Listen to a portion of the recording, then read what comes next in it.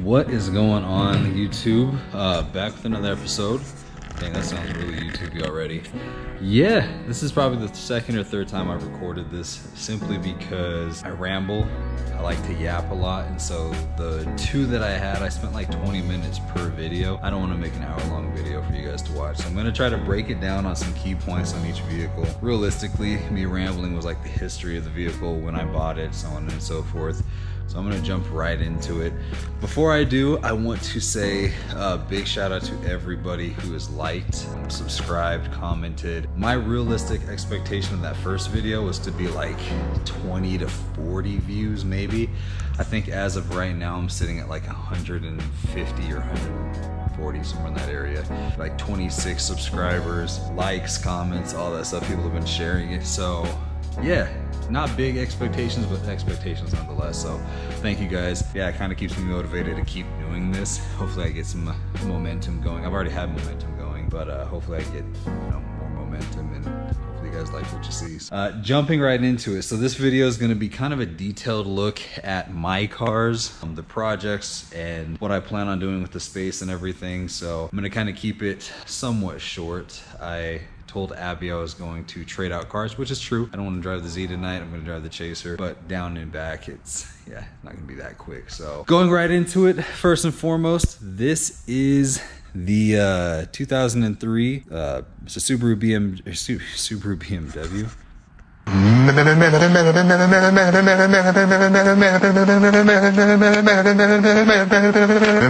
It's a Subaru WRX. It's an 03. Funny, I wasn't even looking for this vehicle when I bought it. I've had this car for roughly about 5 years or so. I just got done with this car here. I had my BMW at the time. Got rid of my other one. Was kind of up in the air of what I wanted to do. And I was actually looking for a Hawkeye, which is the 06 to 07. Love the aggressive front end. I was going to do a Zero Sport body kit. I'll insert some pictures here to show you what it looks like. Eventually I'd like to do that. I'd like to get it like an 06, 07 STI and get a Zero Sport body kit or a replica of it. I know they're discontinued and super hard to find. If you do find them, they're expensive. But yeah, that was the original project. I was looking for that. This so happened to pop up though, and what really caught me was the mileage. When I got this car, it only had about 38,000 miles on it. Two-owner car, me being the second owner. The price was a little high. We went back and forth and negotiated. He was asking like 12 for it. Paid less than that, and I'm happy with the price that I paid, especially with the mileage. At one point, it was all one color. As you can kind of see, it's kind of a Picasso car at the moment. Reason being, it's multicolored. You can kind of see up here. This is my negotiating factor when buying it. Super sweet old man. Really nice old guy, motorhead himself, so he kind of knew what he had. It was one of those things that we had gone back and forth. Unfortunately, the car was in pristine condition. He showed me pictures prior. They were actually saving this vehicle for their grandchild. Grandchild, of course, didn't like it, didn't have enough tech. It wasn't what they were looking for. It's the manual. He didn't know how to drive manual and didn't want to drive that or learn how to, so I took advantage of it. Not of the old man, but of the situation, and scooped this up. So we went back and forth, like I said, on price, and we were both happy with it. So he had it in a garage, only took it out here and there. He ended up taking it out to lunch one day. They had an extended stay at lunch, and it hailed. If you know, living in Colorado, hail is, kind of your worst enemy, especially just being a car owner. When that hail comes, it will annihilate your car. Really the Midwest, we get that. We got a lot of hailstorms in the summer and whatnot. So but I remember exactly which one he was talking about. The golf ball size hail, baseball size hail coming down. He said this was parked out in front of the restaurant and it got annihilated, in every panel too. So if you look, every single panel has hail damage. The doors have some light hail damage. Of course, it went through and started chipping off paint. The roof got the brunt of it, especially like these pillars here. There's some pretty severe damage there. Doesn't really mess with the drivability of the vehicle, which is why I got it. Essentially, there's shops that I know of. Once again, my last video, shout out to Jared at Impact. Hopefully one day I can get it into him. Yeah, his work is phenomenal. So, and you got to support your local business. So he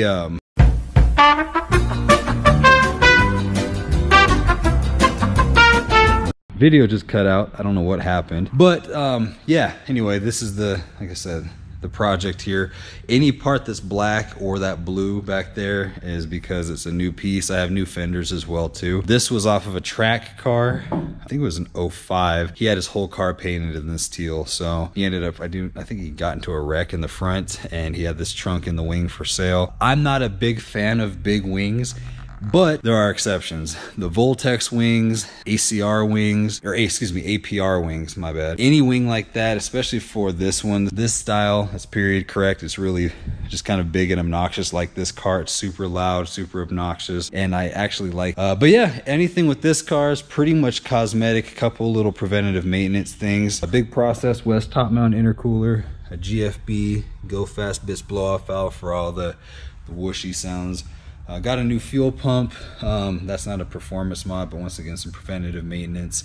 It's on Teen Street Advanced coilovers. It's actually riding pretty high right now. Once I get some wheels on there, we'll go ahead and lower it a little bit, get that adjusted. I don't know why. I think that's kind of a flex. I just bought an Optima yellow top, which, you know, people who know, they're, pristine batteries. Anything else back here? We got a Cobb boost controller located right there. Can't really see it. SPT cold air intake, some hosing and whatnot. Of course, you can kind of see this. Let me grab my phone real fast. Back here, I have a Tomei catless downpipe. Made it off the back of the turbo there. It's all heat wrapped, as you can see. And that goes straight back to this guy right here, the flamethrower. The big Tomei exhaust. It is loud, it's obnoxious. Shout out to Tomei. Titanium exhausts all the way.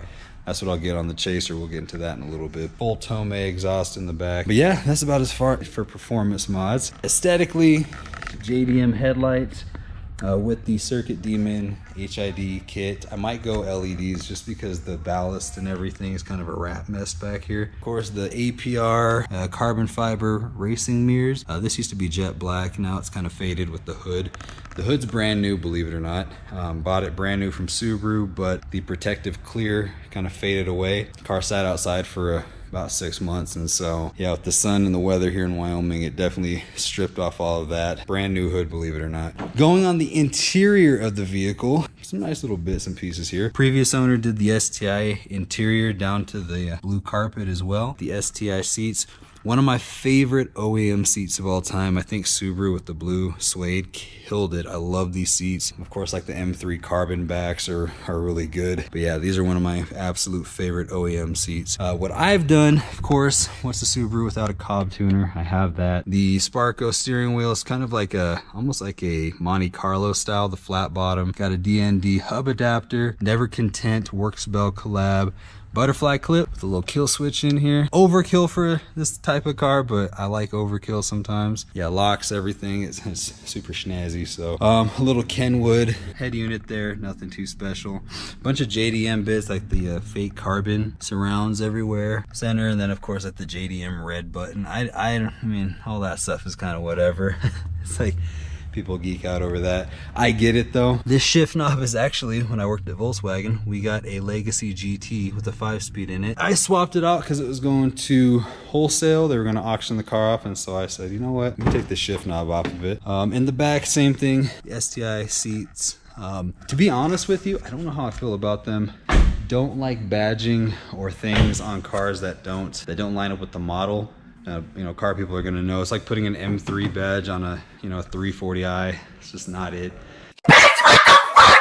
This car is not an STI, so having STI seats, I'm like, it's like, for the right price, I would sell them. Like I said, they are one of my favorite OEM seats. And this car just doesn't really make sense. Eventually, I'll get some racing buckets in there and maybe do like black interior. So, but yeah, this is the Subaru.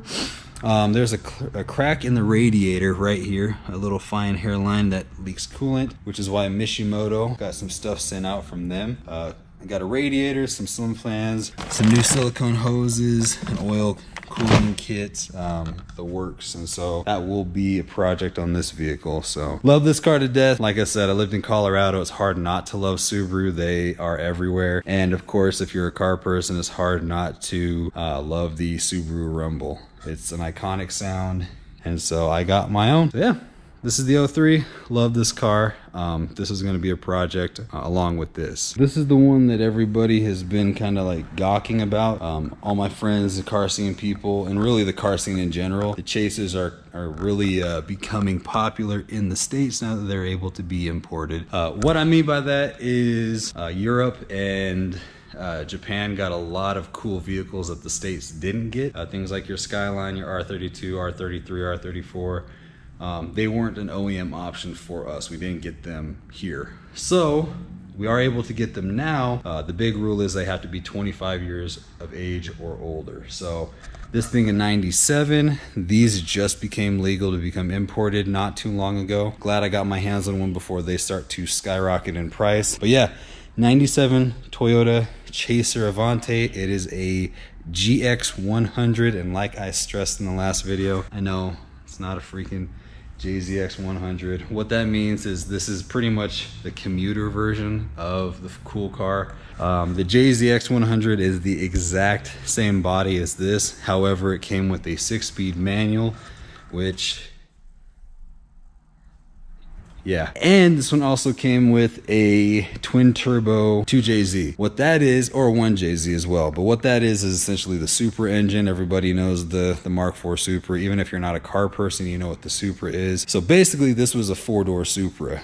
Then they made the base model, which is what I have. It's an inline 6. It's a 1GFE. It makes like 160 horsepower. It's not fast. It's all to the rear wheel as well. So this is of course a rear wheel drive car. Yeah, this is not a super crazy, oh my god, car, but the chassis is. So when people see me driving, it's like, oh, the car people. I've seen kids like jump up and down in the back seat when I drive this car. Like I said, people who really know what this car is and the potential that these cars have, you know. So it's kind of one of those things. So the plans with it are to build the 1G.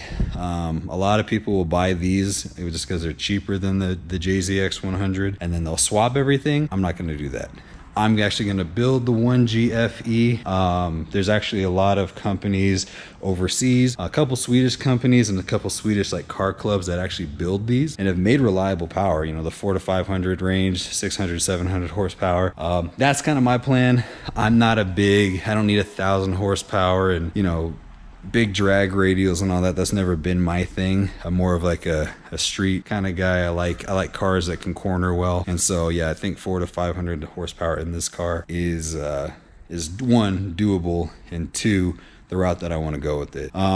I would say it's going to be inexpensive. Unfortunately, it's just not it. You pay the JDM tax, so people who know what that is. With this car not being available, any part you get for it is either one, hard to source, or it's two, super expensive, or three, it's just a combination of both. So anything on this car, even down to like the fog lights, these fog lights replaced. The fog lights are something like $400, and typically on any other car you can get them for a couple hundred or $80. The glass on these cars, if this windshield ever cracks, yeah, it's not gonna be easy on my wallet. So this car, like I said, is gonna be kind of pristine. I want this car to be a full, I mean, I'm talking everything. I'm talking take the drivetrain out, you know, clean everything, every nut and bolt on this car that's rusted, change it out. Speaking of rust, that's one of the big things of this vehicle is there's not much of it. Being a Japanese car, you would typically get, you know, your rust, you get cracking in body panels, just weathering in the vehicle itself. One of my favorite things about this is there's no rust besides a little bit on this corner panel, and I'll show you what it is, but no dents. It's a pearl white. I love the color. There is some paint fade in the front bumper here. There's a small little mark there. That's easy to replace, but yeah, a couple little tiny dents here, but outside of that, roof, immaculate. Immaculate. Right now, skin glowing, pockets heavy, garage silly, house dumb. Looking for a lake house right now. Clancy, my f***ing witness. All my niggas good. Family good. Healthy. I don't know if the camera's even catching this, but doors, all immaculate. This is just a clip that needs to be replaced. This is what I was talking about. Looks like somebody maybe sideswiped it a little bit. A little bit of rust here. Surface rust, though, didn't go all the way through. Easy repair. But outside of that, I mean, talk about lucky. It is pristine. Like, this car is beautiful. Yeah, no marks, no marring, no anything on it. All the glass is intact. Everything works as it should too. That's another big thing in these cars. Sometimes things break and whatnot, but yeah. Got it up on a lift at Toyota, no rust underneath. So this car really is gonna be a good basis for what I wanna do. Also the dashboard lifted. Must have sat in the sun for a while, but it did lift. I also got a little toll reader from, it's like all in Japanese. It talks and I don't know what it says, but super cool car. This is the next project. Like I said, this is going to be the one that's going to be a long project simply because of how expensive it's going to be. Unless I start popping off at Toyota or Nissan, who knows. Yeah, it's just going to be an expensive project. So, but I'm all in for it. That's what I like. You know, if I love the vehicle, I'm going to put the time and effort and have one of the first chasers. It'd be kind of nice to be able to drive around and show people. I mean, even driving on this side of the road, people are already geeking out over it. Let me actually show you the interior. Okay, so one of my favorite parts of this whole car is the interior. You do have your folding mirrors here, all controlled through here. It was a bit of a smoker car. There's a slight scent in here, but overall, I like to think it was some, you know, Japanese business worker that would get off and have a little smoke or two. But yeah, everything in Japanese. The cool part though, the digital display. I'm gonna get up in there. All in kilometers per hour. I don't know what it says. Even coming down here to the scale, it changes things there. All in Japanese. I don't even know if the video is gonna pick it up or not, but yeah. Just little things like that, man. I don't know. I love this car. I think it's gonna have a lot of potential. All green lights, like things like this, I don't know, I geek out over. I love the old school stuff. And then in good Japanese tradition as well, I did xenon headlights, LED bulbs with the yellow fog lights, just like it would have been in Japan. Just kind of set it off a little bit. Once again, I don't know if the videos are doing it justice. I had to create my own ballast down here for the fog lights too, because once again, they're a really rare, expensive fog light bulb. Didn't know how to do it, so I did a conversion kit on it already. But yeah, this is it, man. This is it. Love this car. I can't wait to see what this car turns out to be. Yeah, now we'll do final car that I have. Okay. So anybody who knows me knows that this is basically my bread and butter. It's my favorite car that I have. It's the car that has given me the most reward, made the most connections. I had sponsorships on this car. This car is this bad boy right here. It is a 2003 Nissan 350Z. I've had this car now for 7 years. Can't believe it's been that long already, but yeah, this is the car that got me through a lot when I moved to Denver. Getting used to my job, you know, not really knowing anybody in Colorado. This is the car that I made connections with. I was in, you know, little photo shoots with. I'd be on Instagram pages with. A lot of test pieces on this car as well, and I'll kind of go into what that is. But yeah, this car ultimately was the one that, I mean, I put a lot of blood, sweat, and tears into this, and when I say that, I mean it with every ounce of my body. There are times where I wanted to push this car off of the Rockies, set it on fire. I hated this car more times than I've loved it. But at the end of the day, I got it to where it is now, and we'll kind of dive into it. So starting with the exterior, big, huge slab of carbon. Here's a little buff and cut. It sat outside. Rain kind of ate through that, but this is a Saibon tunnel hatch with the built-in wing, a little duck lip back here. That was really the first big piece that set off all of my carbon excessiveness on this car. You'll see it's everywhere. Love carbon fiber. I love the twill. Everyone wants me to wrap it, or they're like, when are you gonna paint it? Or no, I'm keeping it exposed. I love that look. It's just such a good looking piece. It's a big piece too, semi-expensive. That's the first piece accessory wise or outside wise. Then we move to the hood and the fenders. This is from Fly One Motorsports. I think they're out of California, but this is their vented hood. You can see all the cooling down there, once again from Mishimoto. And then of course their fenders here. Can't stress this enough. If you ever decide to go this route, don't do their fenders. The hood's A1, fits perfect, chef kiss. The fenders are terrible. And there's Facebook posts and there's internet forums and YouTube videos, thousands of them out there. I was ignorant. I thought, oh, they don't know what they're doing. Thought, you know, these mechanic shops and these body shops who know that and do this don't know what they're doing. Simple little me at the time could do it, and yeah, it's terrible. The fitment on the fenders isn't the greatest. Definitely a 10-foot or 5-foot car. but once you actually start to get up to it, I mean, the panel gap is pretty excessive here. Even the hood gap up here is pretty excessive. Luckily it's all dark, so you can't really see it too much, but their fenders are not the greatest. I should have gone back with Shine Auto. They're, I think, the original concept of this fender. They're the ones who did the original mold, and I think Fly One kind of took over and made their own variation. But the hood's great. No complaints on the hood. The hood is amazing. Love the hood. But yeah, I did the carbon fenders there. The KBB Nismo style body kit, the little front bumper here. Once again, a little touch of carbon. That's the air intake there, or the cold air intake. Believe it or not, had this car like this for a while. This is kind of a cookie cutter build now. When I did this car, there were only a few cars like it. There weren't really too many cars out there that had this kind of combination. I feel like now, even down to the color, everyone does their 350Z like this. I'm not saying I started it or anything, but it's definitely become very popular, especially with kind of this front clip here. The fenders, the hood, and the front bumper, everybody and their mom does this now. So kind of want to switch it up. That would really be the only thing I would think about doing. But outside of that, plan on keeping this car the way it is for now. Going back to the back here though, I have a top secret carbon fiber diffuser. Yes, top secret carbon fiber diffuser. This is an authentic one as well too. It's not an eBay knockoff, or I think a Amazon, I don't know who else makes them. So bought it off of Yahoo Japan. Super expensive. This is probably the most expensive piece of carbon on the car. Kind of ties in the rear really nicely. I love carbon fiber, like I said, so I ended up getting that. That kind of completed the body kit, if you would. A big titanium agency power exhaust there. Need to get that cleaned up. All LED lighting in the back, so I got the hyper flashes here for the tail. Reverse lights and blinkers are all LED as well. Kind of modernizes the car, if you would. Now, the creme de la creme. I've gone through wheels on this car. I've probably gone through, I'd say like 16 sets of different wheels and tires that I bought for this specific car. Ended up staying with these, and I'll probably stay with these forever. I love these wheels. These are the Volk SF Challenges. Once again, they usually have a billet center.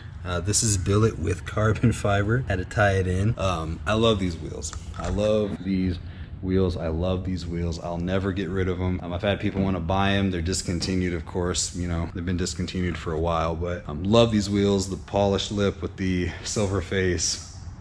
I'll never get rid of that wheel. So don't ever ask me, unless you're asking like Blitz 03 money. I might talk.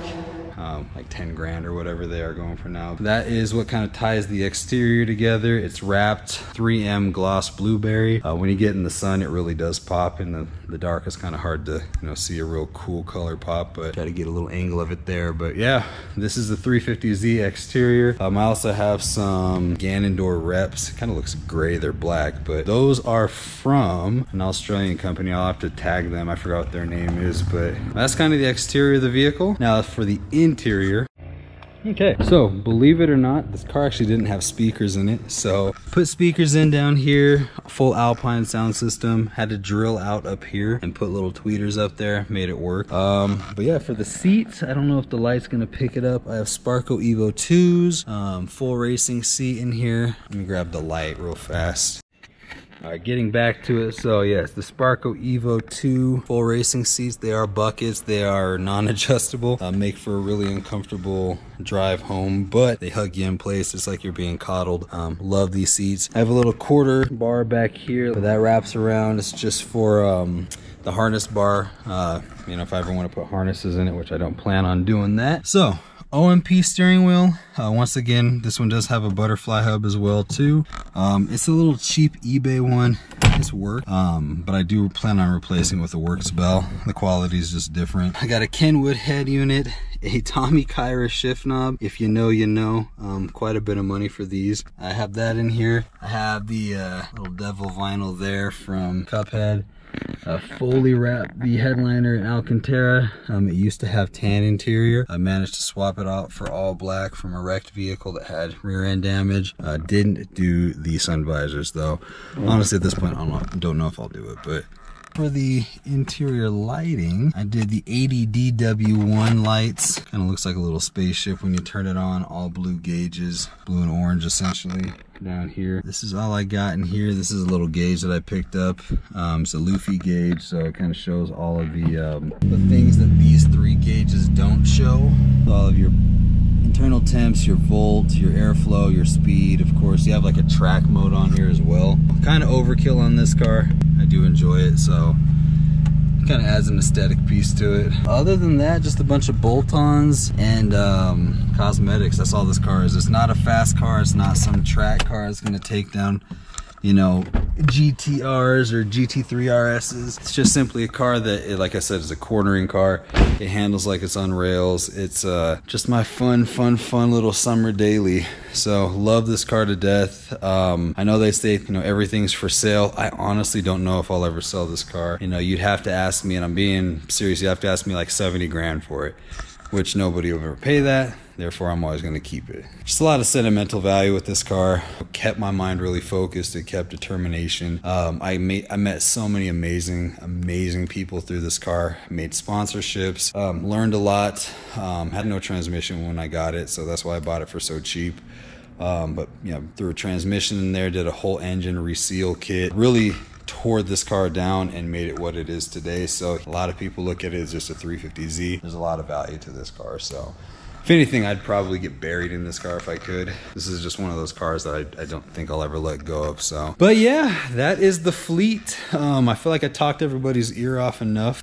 You know, there's probably people that quit halfway through this video, but I love cars. I could talk about them forever. This is the quick version too. The last 3 attempts were it was well over an hour of me talking, so can't wait to see what these cars turn into, especially the Chaser. The Subaru, I already have a vision of this car, and it's already kind of getting pieced together that way. This is going to be such a fun car. It already is a fun car, and we haven't even really scratched the surface on it. This car is going to be the one that's going to come with the challenges. There's really not a lot on these cars, believe it or not, for being as popular as they are. A lot of very old forums, very old YouTube videos, and they're all either like Australian pages or New Zealand pages or Canadian pages. There's not really a lot of American content yet, just because these just, you know, became legal to come over here. So anywho, I will cut it here. I'm gonna go ahead and edit this video. I want to try to make it as short and sweet to the point as possible. In the next video, I'll probably start designing this a little bit.